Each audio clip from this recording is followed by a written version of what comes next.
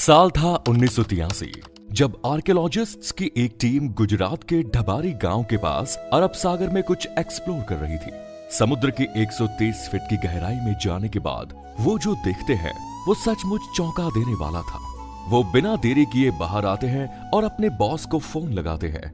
कुछ देर तक रिंग जाने के बाद उधर से आवाज आती है, हेलो। इसके बाद कोई आवाज नहीं आती क्योंकि हैरान परेशान आर्कियोलॉजिस्ट्स बिना रुके वो हाल सुनाना शुरू करते हैं जो उन्होंने समुद्र में देखा, और उसे सुनते ही बॉस के हाथ से फोन छूट जाता है। आखिर उन्होंने समुद्र में ऐसा क्या देख लिया कि उन्हें ठंड में भी पसीने आ गए, जिसे जानकर बॉस भी कुछ बोल नहीं पाए। जानने के लिए चलिए हमारे साथ अरब सागर की उसी गहराई में। समुद्र में उठती इन लहरों को देखिए, जिनमें जितना शोर है उसके अंदर पसरा है उतना ही सन्नाटा, और उसी सन्नाटे में दफन है न जाने कितने ही रहस्य। समुद्र के नीचे आज भी कई ऐसे राज दबे हैं जिनके बारे में किसी को कुछ नहीं पता। कुछ सालों पहले अरब सागर की गहराई में ऐसी ही एक साइट खोजी गई जिसे देखकर हर कोई हैरान था। दरअसल वो एक भरी पूरी नगरी थी, ऐसी नगरी जो इतनी खूबसूरत थी कि जिसे कोई एक बार देख ले तो बस देखते ही रह जाए।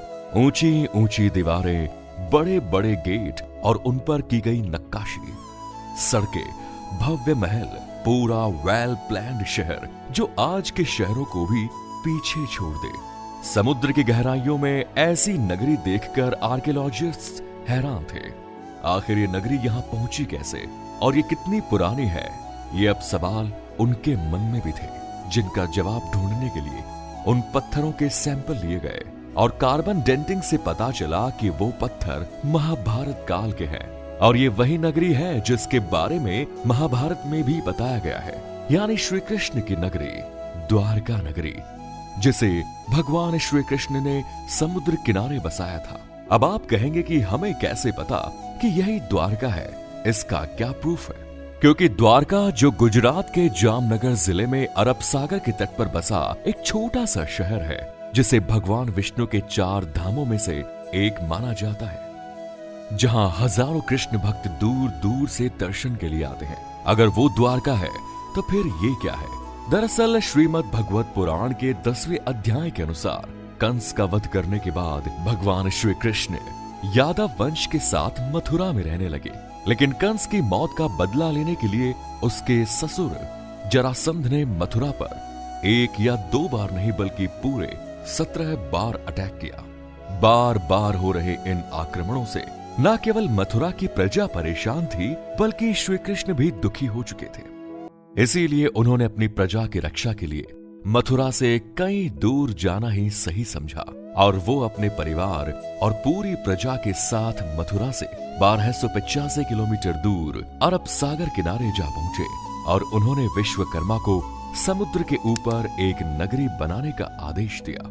लेकिन समुद्र देव की मर्जी के बिना ये पॉसिबल नहीं था, इसलिए भगवान श्री कृष्ण ने समुद्र देव की पूजा की, जिससे खुश होकर समुद्र देव ने अरब सागर के बीचों बीच 12 योजन यानी करीब 153.6 किलोमीटर धरती गिफ्ट की। इसी भूमि पर भगवान विश्वकर्मा ने विशाल द्वारका नगरी का निर्माण किया।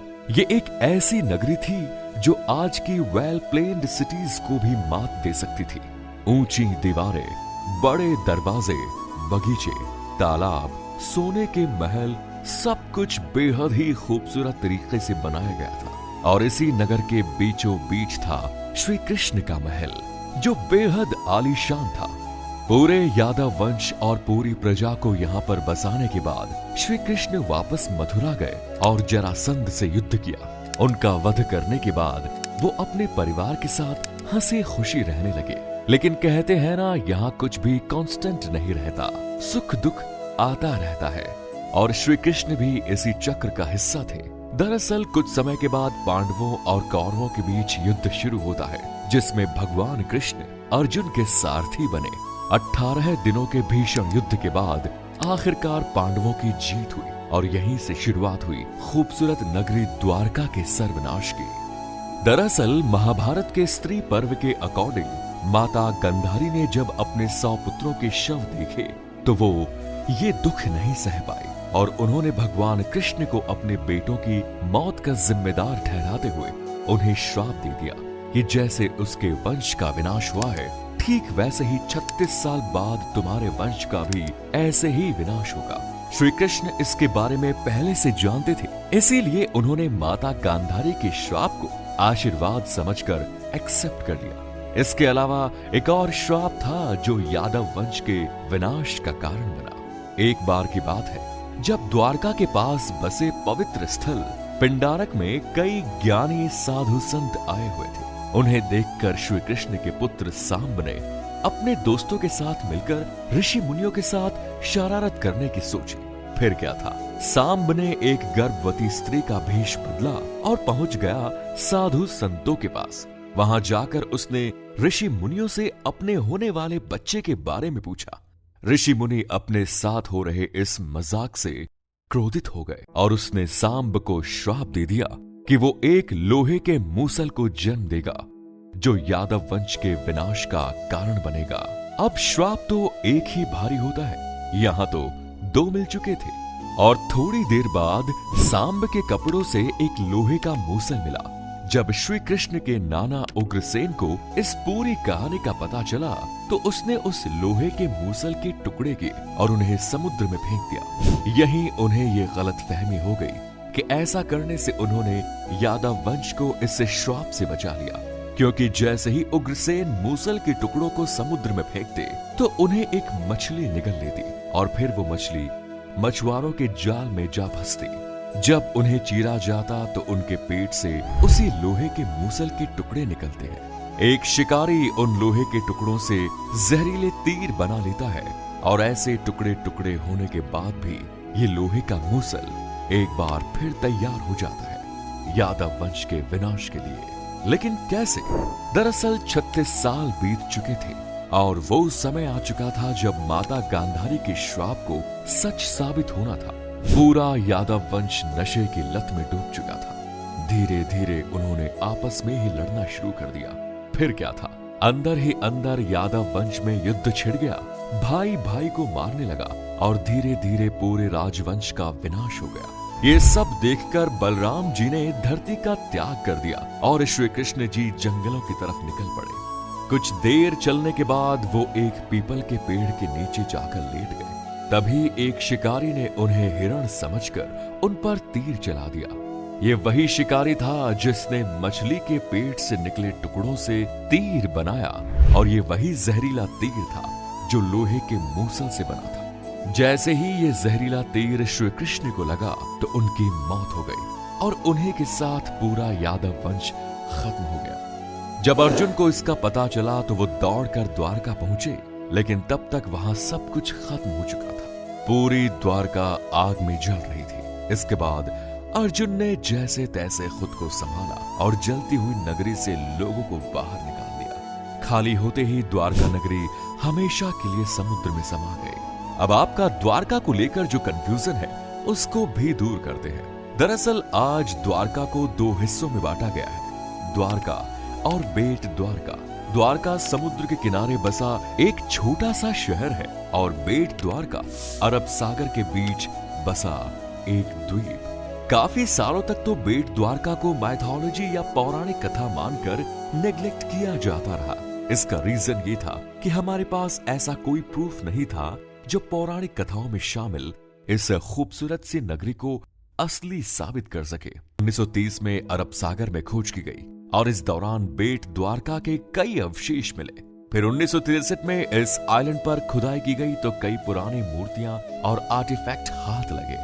फिर कई इंटरेस्टिंग थ्योरी सामने आई जो इस बात का सबूत थी कि श्री कृष्ण बेट द्वारका में अपने परिवार के साथ रहते थे।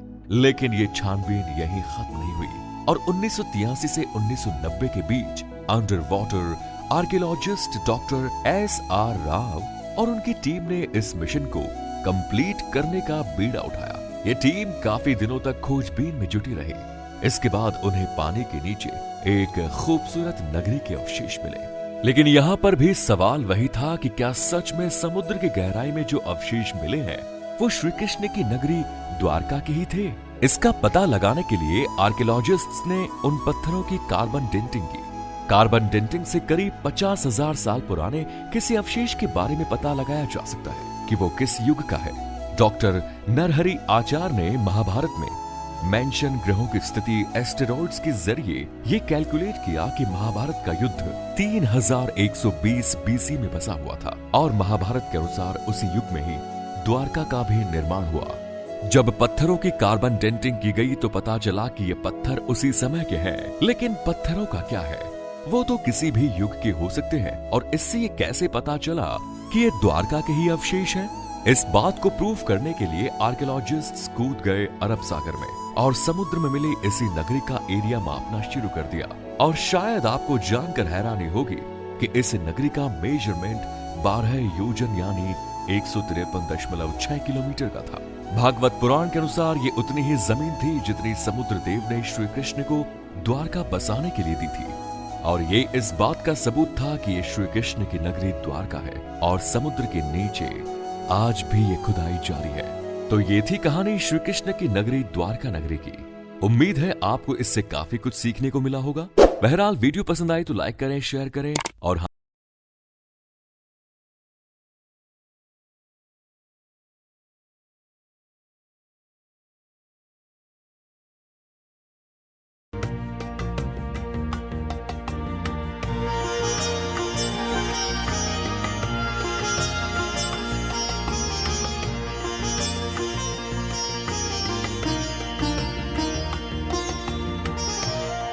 मैंने वो पल बिताए जो जीवन भर मेरे साथ रहने वाले। मैंने गहरे समुद्र के भीतर जाकर प्राचीन द्वारिका जी के दर्शन किए।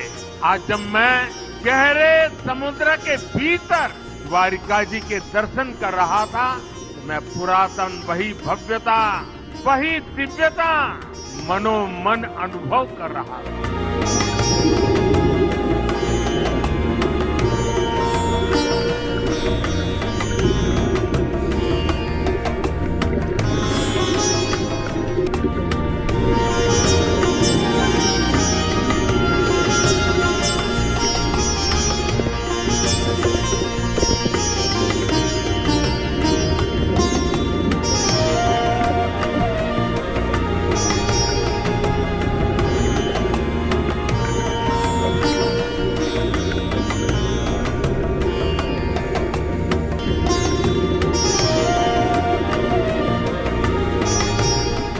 मेरे लिए साहस से ज्यादा श्रद्धा थी।